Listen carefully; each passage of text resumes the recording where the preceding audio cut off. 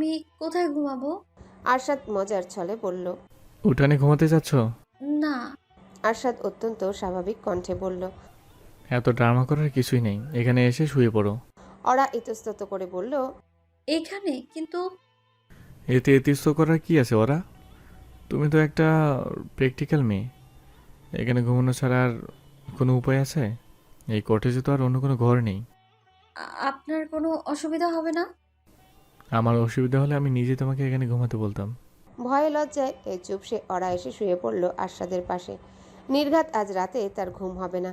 তার ঠিক পাশেই শুয়ে আছে আরশাদ, যে মানুষটাকে ঘিরে তার এত শত অনুভূতিরা খেলে বেড়ায়। অরার গা থেকে মিষ্টি একটা সুগন্ধ আসছে, সুগন্ধের আবেশে একটু একটু করে ডুবে যাচ্ছে আরশাদ। ঘুমে চোখ জড়িয়ে আসছে তার। আরশাদ প্রায় ঘুমিয়ে পড়েছিল, আচমকা তার ঘুম ভেঙে গেল অরার কারণে। 2 মিনিট পর পর এপাশ ওপাশ করছে মেয়েটা। আরশাদ ক্ষীণ বিরক্তি নিয়ে বলল। উফ ওরা, তুমি কি সারাটা এভাবে নড়াচড়া করে কাটাবে? এটা আমার অভ্যাস।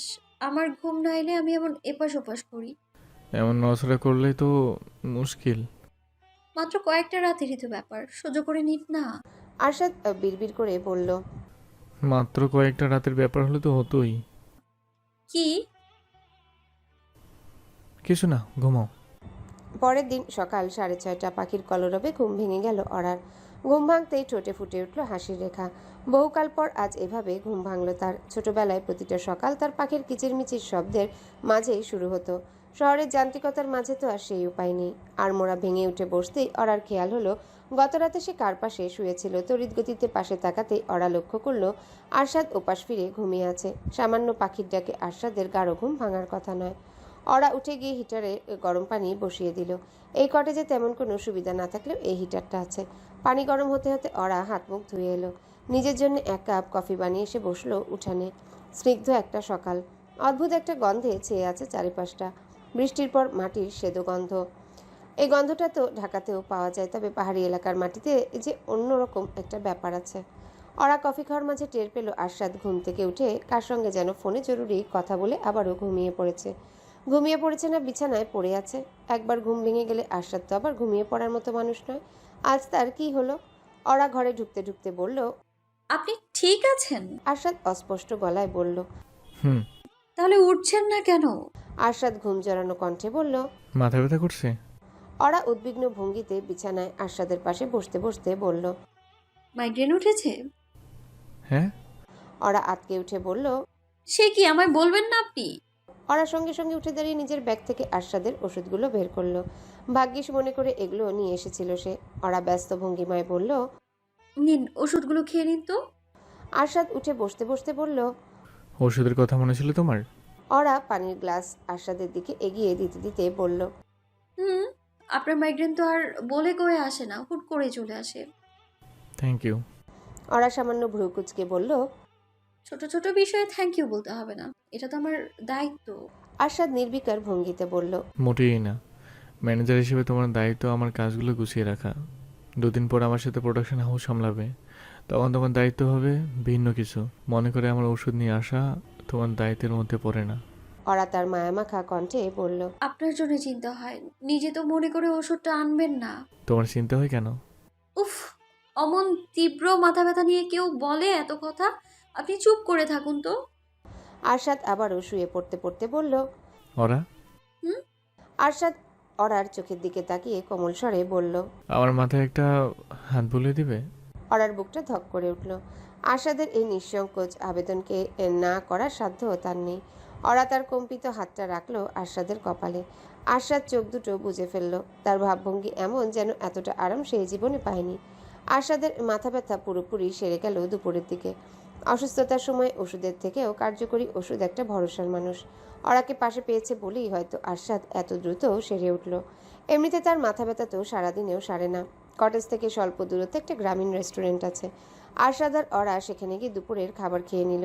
সেই সকাল থেকে কিছুই খায়নি ওরা। ক্ষুধায় তার মাথা কাজ করাও প্রায় বন্ধ করে দিয়েছিল। আরশাদ হক গ্রামীণ রেস্টুরেন্টে বসে আছে এই দৃশ্যটা দেখার মতো। ঢাকায় তো নামি দামি রেস্টুরেন্টেও বেচারা বসতে পারে না, মুহূর্তেই তাকে দেখতে জড়ো হয় একরাশ মানুষ। খাওয়া দাওয়া শেষে তারা নদীর পাড় থেকে একটা খেয়া নৌকা ভাড়া করলো। এই গ্রামের পাশ দিয়ে বয়ে গেছে ছোট্ট একটা নদী। নদীর নাম কাঁচালং। এটা নাকি কর্ণফুলীর উপনদী। নদীর জলে কচুরিপানা ভেসে বেড়াচ্ছে। দূরে আরও একটা নৌকা দেখা যাচ্ছে। আশেপাশে তারা ছাড়া আর কেউই নেই। নৌকার পাটাতনে পাশাপাশি বসে রয়েছে আরশাদ এবং অরা। দুজনের মুখে কোনো কথা নেই। নীরবতায় উপভোগ করে যাচ্ছে তারা প্রকৃতিকে। ওরা, হুম? তোমার জীবনে কেউ আছে? আরশাদের এমন প্রশ্নে থতমত খেয়ে গেল অরা। সে হঠাৎ এমন প্রশ্ন করছে কেন? উত্তরটা অরার জানা নেই। তার জীবনে কেউ নেই। জানা উত্তর দিতে এতটা গা কাঁপছে কেন তার? অরা শুকনো ঢোক গিলে বলল। হঠাৎ এমন প্রশ্ন? আরশাদ হেয়ালি স্বরে বলল। কেন, করতে পারি না? পারেন। তাহলে উত্তর দাও। কিছুটা সময় চুপ করে থেকে অরা বলল। না, নেই। আরশাদ আবারও আগ্রহ নিয়ে বলল। কাউকে ভালোও লাগে না? অরার গা বেয়ে শীতল হাওয়া বয়ে গেল। যাকে তার ভালো লাগে সেই প্রশ্ন করছে কাউকে ভালো লাগে কিনা। অরার তো ভালো লাগে, প্রচণ্ড ভালো লাগে আরশাদকে। অসম্ভব সাহস করে এই কথাটা কি বলে দেবে আরশাদকে? না, এতটা সাহস তার নেই। অরা বলল। লাগলে কি করবেন? এনে দেবেন তাকে? আরশাদ হালকা গলায় বলল। দিতেও পারি। একজনকে ভালো লাগে। সে একজনটা কি? সেটা তো বলা যাবে না, টপ সিক্রেট। ঠিক আছে, বলতে হবে না। সব সিক্রেট কিন্তু মুখে বলতে হয় না, বোঝা যায়। গা কাটা দিয়ে এলো অরার। আরশাদ কি বলতে চাইছে? সে জানে অরার ভালো লাগার মানুষটাকে, কিন্তু তা কি করে সম্ভব? অরা তো এই পৃথিবীর কাউকে বলেনি কথাটা। আরশাদ কি বুঝে বসে আছে কে জানে? অরার হৃদস্পন্দন যেন ক্রমেই বেড়ে যাচ্ছে। পরের দিনটা তাদের কাটলো ঘোরাঘুরির মাঝে, পাহাড়ের আঁকাবাঁকা রাস্তায় হাঁটাহাঁটি আর দুজনের অফুরন্ত কথোপকথনে। অরার ইচ্ছে করছে সময়টাকে ফ্রেমে বন্দি করে রাখতে। তারা যদি আর কোনোদিনও ফিরে না যেত, সারাটা জীবন পার করে দিত নিভৃতে প্রকৃতির মাঝে, বেশ হতো তাহলে। সব কিছুরই শেষ আছে, শেষ আছে সকল সুখানুভূতিরও।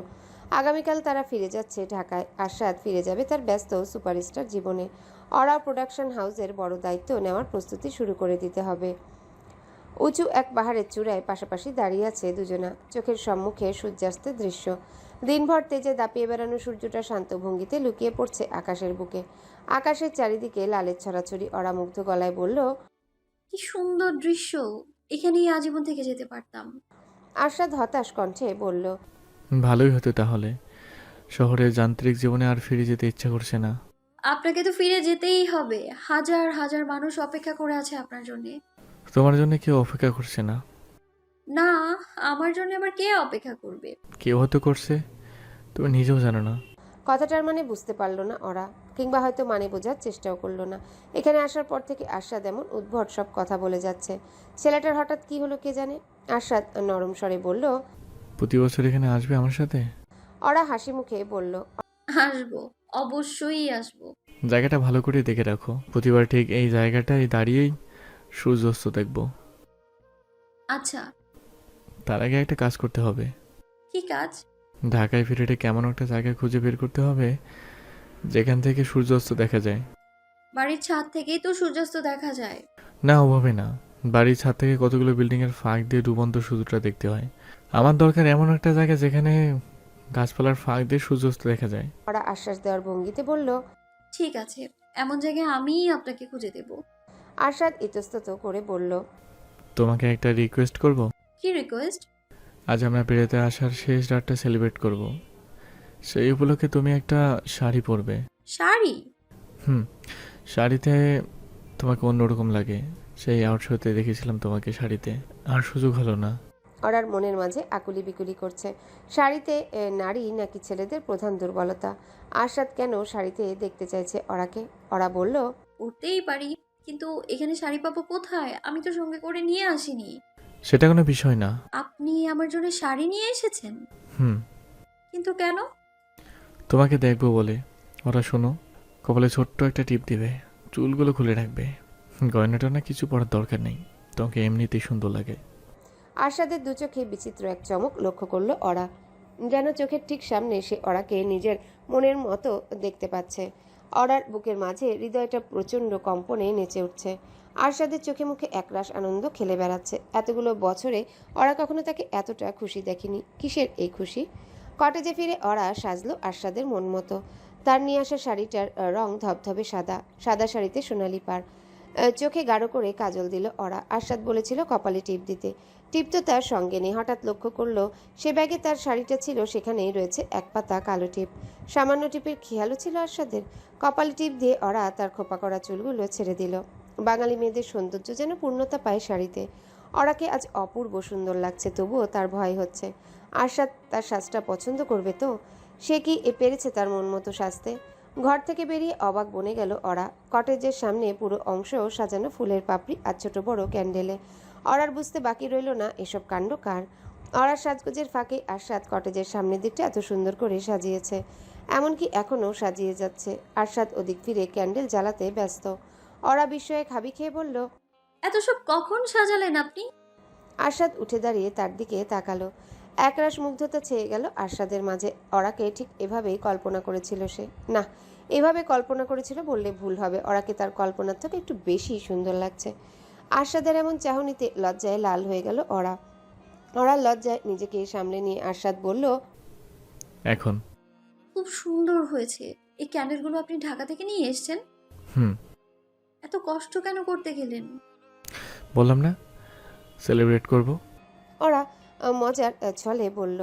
ঔষধ আনার কথা মনে নেই, অথচ সেলিব্রেটের কথা মনে আছে আপনার? আরশাদ সামান্য হেসে বলল। বসো। দুজনেই পাশাপাশি বসলো কটেজের সামনের সিঁড়িতে। সিঁড়িতেও আরশাদ মোমবাতি আর ফুলের পাপড়ির কারসাজি করেছে। অরা আর চোখে বারবার তাকাচ্ছে তার দিকে। শুভ্র পাঞ্জাবিতে আরশাদকে দারুণ লাগছে, চুলগুলো পরিপাটি করে আঁচড়ে রাখা। অরার তো উচিত নিজেকে ভাগ্যবতী বলে মনে করা, যাকে এক পলক সামনাসামনি দেখার জন্য হাজারো মেয়ে মূর্ছা যায়, তাকেই রোজ এতটা কাছ থেকে দেখতে পাচ্ছে সে। অরা বলল। কেমন লাগছে আমায়? আরশাদ মুগ্ধ গলায় বলল। ঠিক যেমনটা চেয়েছিলাম। লজ্জায় অন্যদিকে ফিরে তাকালো অরা। আজ এত লজ্জা লাগছে কেন তার? আরশাদ তার মোহনীয় স্বরে বলল। তোমাকে এখানে কেন নিয়ে এসেছি বলো তো? কিছুটা অবাক হলো অরা। তাদের এখানে আসার পেছনে আবার কোনো উদ্দেশ্য আছে নাকি? অরা তো ভেবেছিল ব্যস্ত জীবনে হাঁপিয়ে উঠেছে আরশাদ, তাই তাদের এখানে ঘুরতে আসা। অরা কৌতূহলী গলায় বলল। কেন? আরশাদ ঠোঁটে এক চিলতে হাসি নিয়ে বলল। একটা সিক্রেট বলবো। সিক্রেট বলতে এত দূরে আসতে হয় নাকি? না, তবে সব সিক্রেট থেকে আলাদা। তাহলে বলুন। আরশাদ ভয় দেখানোর ভঙ্গিতে অরাকে বলল। এত তাড়াতাড়ি বলবো? সহ্য করতে পারবে তো? অরা হেসে বলল। সহ্য না করতে পারার কি হলো? তুমি আমার অনেক বড় ক্ষতি করেছো। আমি? পৃথিবীর কাছ থেকে আমি নিজেকে গুটিয়ে নিয়েছিলাম। আনন্দ, উল্লাস, কষ্ট, যন্ত্রণা কোনো অনুভূতি কাজ করতো না আমার মাঝে। নিজেকে মোটামুটি অনুভূতিহীন করে সকলের কাছে থেকে আড়াল করে রেখেছিলাম। প্রতিটা মানুষকে আমার মনে হতো অসহ্যকর। তোমার কারণে সব এলোমেলো হয়ে গেল। অরার বুকের মাঝে যেন উত্তাল তুফান শুরু হয়েছে। কি বলতে চাইছে আরশাদ? আরশাদ ঠিক অরার চোখের দিকে তাকিয়ে গাঢ় স্বরে বলল। যে আমি এতটা অনুভূতিহীন ছিলাম, তাকে না জানিয়ে কত কিছু অনুভব করিয়েছো তুমি। হাজার কাজের মাঝেও আমার মস্তিষ্কে তোমার চিন্তা স্থায়ী হয়ে থাকে। কিভাবে করলে আমার এত বড় ক্ষতি? অরা বিভ্রান্ত ভঙ্গিতে বলল। আমি কিছুই বুঝতে পারছি না, এর মানেটা কি? আরশাদ হেসে বলল। প্রশ্নটা নিজেকেও করেছিলাম, উত্তর পাইনি। আমি জানি না এসবের মানে। শুধু জানি ইদানিং বারবার তোমার ঠোঁটের হাসি দেখতে ইচ্ছা করে। তুমি কি জানো, যখন তুমি হাসো তোমার সাথে সাথে আশেপাশে সব কিছুই হেসে ওঠে। সেই কবে থেকে দেখছি তোমাকে, প্রায় 4 বছর হয়ে গেল না, নাকি আরও বেশি? হুম। অথচ আমি ভেবেই পাই না যে মানুষটাকে গত 4 বছর ধরে প্রতিদিন দেখি তাকে নতুন করে আবিষ্কার করলাম কি করে। আগে তুমি আমার চোখের সামনে দিয়ে গেলে ফিরে তাকানোটাও প্রয়োজন মনে করতাম না, অথচ আজ নতুন নতুন অজুহাত খুঁজে বের করি তোমাকে দেখার জন্য। অরার দু চোখে জল চলে এলো। অশ্রুগুলো আড়াল করার কোনো প্রকার চেষ্টা তার মাঝে নেই। অরা বুঝতে পারছে আরশাদের গোপন কথাটা কি। বুঝতে পারছে বলেই হয়তো বুক ভেঙে কান্না আসছে। যন্ত্রণার কান্না নয়, সুখের কান্না, আনন্দের কান্না। আমার অবচেতন মনে এতদিন যাকে খুঁজে বেড়াচ্ছিল, সেই মানুষটা যে আমার এত কাছে ছিল, কে জানতো? তার মানে? আমি নিজেও জানি না আমার কি হয়েছে। ওরা খুব চেষ্টা করেছি নিজেকে আটকে রাখার, কিন্তু প্রতিনিয়ত একটু একটু করে হারিয়ে যাচ্ছি তোমার মাঝে। আমি জানি না কখন কিভাবে ভালোবেসে ফেলেছি তোমাকে। ভালোবাসা, এই তো নামহীন ওই অনুভূতির নাম পেয়ে গেছে অরা।